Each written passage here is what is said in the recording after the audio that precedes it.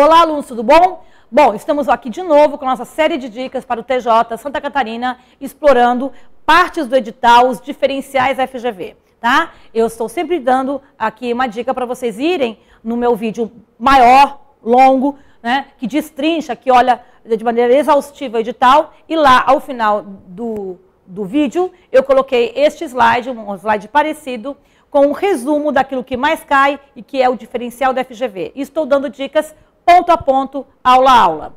Aqui, hoje, nós vamos falar sobre figuras de linguagem, mas não todas, né? Isso aqui é uma dica. Então, eu escolhi uma figura de linguagem, uma bem comum, talvez seja a campeã, né? Ou chamada também de a mãe de todas as figuras de linguagem, a mais importante, a básica, que é a metáfora, tá? Certo? Então, dentro das figuras de linguagem, nós vamos falar da metáfora.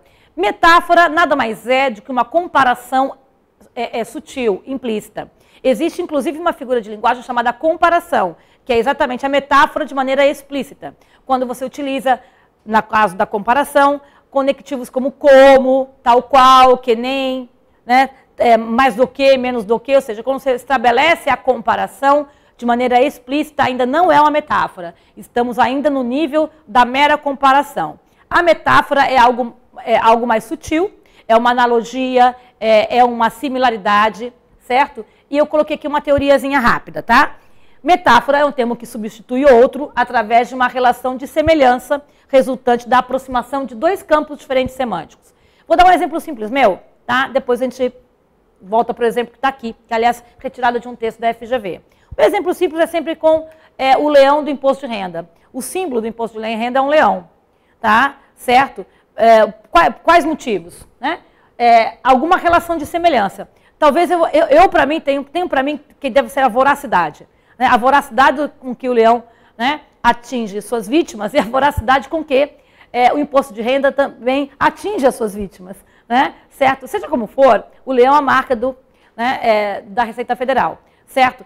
E quando eu digo assim, o leão pegou o meu dinheiro esse mês, né, o leão vai aumentar a alíquota ou diminuir a alíquota, sei lá, você está falando do quê? Está falando do imposto de renda, mas você está falando de universo paralelo, ou seja, você está fazendo uma justaposição de espaços semânticos diferentes. O leão da natureza, né? Se eu falo assim, fui fazer um safari e o leão pegou o meu dinheiro, é porque eu imagino que eu deixei uma bolsa solta ali, né, num ambiente tipicamente de savana dele lá, ele foi lá e pegou o dinheiro, entendeu? Não faz sentido, outro faz. Mas então você tem que fazer, na verdade, a avaliação de quando está se falando do sentido literal e denotativo, e aí não há metáfora, e quando se está se falando do sentido figurado conotativo, quando há metáfora, tá ok? Muito bem, vindo para esse texto, o Luiz Fernando Veríssimo compara shopping centers com cidades. Como ele faz? Observe, não foram os americanos que inventaram o shopping center, mas foram os americanos que aperfeiçoaram a ideia de cidades fechadas e controladas. Então, na verdade, já está feita a comparação. Não está escrito assim, os shoppings são como se fossem cidades. Não é essa coisa didática, explícita, né, muito fiel, né, à comparação. Cabe a você fazer essa relação de sentido que, vamos combinar, que é óbvia. E não para por aí. Cidades só de calçadas. Está se falando do quê? Essas cidades? Shopping centers. Tá? Cidades só de calçadas, onde nunca chove, neva ou venta, dedicadas exclusivamente às compras e ao lazer. Enfim, pequenos ou enormes templos do consumo. Então, nós temos aqui duas palavras, a palavra cidades e a palavra templos, que estão sendo comparadas a shoppings e vice-versa. E, para finalizar, os shops, que é como ele escreve shopping center, são civilizações à parte. Então, resumo, shopping center, que é o termo denotativo literal, tá? Passa a ser chamado de cidades, tá? Cidades essas fechadas e controladas, templos estes de consumo e civilizações à parte. Então, nós temos aqui três termos metafóricos. Então, existe aqui sim a metáfora. E digo mais, essa é uma prova do FGV 2014, tá? E havia uma das questões para a Defensoria Pública do Rio de Janeiro, se não me engano, e havia, tá, uma questão perguntando exatamente qual figura há neste trecho, a metáfora. Portanto, a metáfora, tá, ela está fazendo essa relação implícita.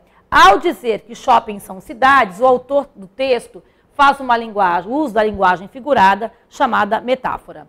Então, vocês têm aqui uma comparação implícita. Agora nós vamos para a questão recente. Que questão recente é essa, professora? Do TJ Alagoas. Super fresquinho, acontecendo aí menos de um mês, tá? 2018 para técnico judiciário. O trecho. Como digo repetidas vezes, me valendo do óbvio, a comunicação virtual está em sua pré-história. A utilização do termo pré-história mostra um tipo de linguagem figurada denominado. Quando eu quero dizer que algo está iniciando, eu estou na pré-história dos meus estudos, tá? Certo? E nesse iniciando ainda muito rudimentar, certo? Você usa o termo pré-história, você tira do campo semântico denotativo dos estudos históricos, período mesozoico, paleozoico, idade da pedra polida lascada, onde o termo pré-história se localiza de maneira literal, assim como o leão lá no safari, na savana, na terra dele lá, certo? Você tira dessa situação literal e transporta para uma situação controlada, né, por uma similaridade conotativa. Então, claramente é metáfora. Olhando as outras alternativas, eu não vou dar uma aula hoje de figura de linguagem, uma dica só da metáfora. Cabe aqui, rapidamente, colocar uma frase que resume as outras, tá? Metonímia, que é uma figura de linguagem que começa parecido, né? Metáfora, metonímia. A metonímia indica parte de um todo. Exemplo, vou pedir a mão dela em casamento. Você não vai pedir a mão, né? Você vai pedir o todo, ok? Mas a mão é o símbolo, né? Então, nós estamos cercados de símbolos, certo? Então, a mão, né, o anel de noivado ou casamento. Então, há essa simbologia, você usa a simbologia. Eu sigo a cruz, você não segue literalmente uma cruz, quer dizer que você segue o cristianismo, provavelmente. Ok? Pleonasmo é uma repetição de uma mesma ideia. Pode ser no sentido benéfico ou maléfico. Pode ser um vício, como entrar para dentro, né, sair para fora. Ou pode ser uma coisa mais poética, mais, né, vi com esses olhos que a terra de comer e tal. Algo que enfatiza, né, e cria um efeito literário. Paradoxo, aproximação de ideias de sentido contraditório ou contrário. Vai haver uma dica, tá? A diferença entre antítese e paradoxo, tá? Mas o paradoxo são ideias de sentido contrário, e não é o caso ali.